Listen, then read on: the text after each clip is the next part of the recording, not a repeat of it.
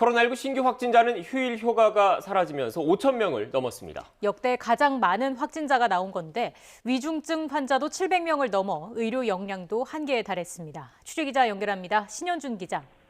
네, 신현준입니다. 네, 확산세가 점차 거세지는 모습입니다. 자세한 확진자 현황 정리해 주시죠. 네, 오늘 0시 기준 신규 확진자는 5,123명입니다. 전날보다 2,000명 넘게 늘면서 처음으로 5,000명대를 기록했습니다. 지금까지는 지난달 24일 4,115명이 최다 확진자였는데 오늘 발표된 확진자는 이보다도 1,000명 넘게 늘었습니다. 감염 경로를 보면 국내 발생이 5,075명, 해외 유입 사례가 48명입니다. 국내 발생 가운데는 수도권의 비중이 전체의 81%를 차지해 여전히 유행을 주도하고 있습니다. 위중증 환자는 전날보다 62명 늘어 723명으로 역대 최다이고 처음으로 700명대를 기록했습니다.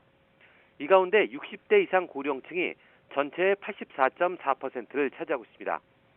어제 하루 코로나19 관련 사망자는 34명이 늘어 누적으론 3,658명입니다. 사망자는 모두 60대 이상인데 특히 80대 이상이 18명으로 전체의 절반 이상을 차지하고 있습니다. 이처럼 위중증 환자와 사망자가 늘면서 의료 대응 지표도 계속 나빠지고 있습니다. 어제 오후 5시 기준 수도권 중증 환자 전담병상 가동률은 89.2%로 하루 전보다 0.7%포인트 높아졌습니다. 지역별로 보면 서울이 90.7%, 경기가 87.6%, 인천은 88.6%입니다. 백신 접종 현황은 1차 신규 접종자가 2만여 명 늘었고 접종을 모두 마친 사람은 4만여 명 늘었습니다.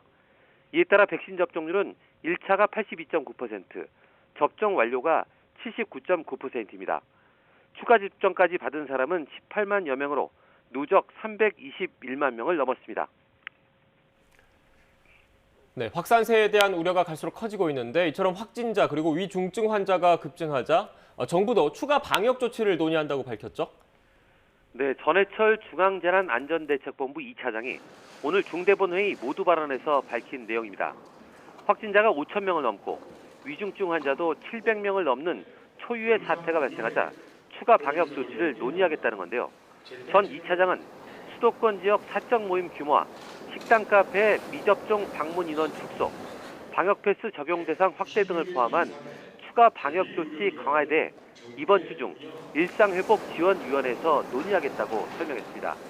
또 어제 해외 입국자의 오미크론 변이 의심 사례가 발견된 데 대해 정부는 상황을 심각하게 인식하고 유입 차단에 총력 대응하겠다고 말했는데요.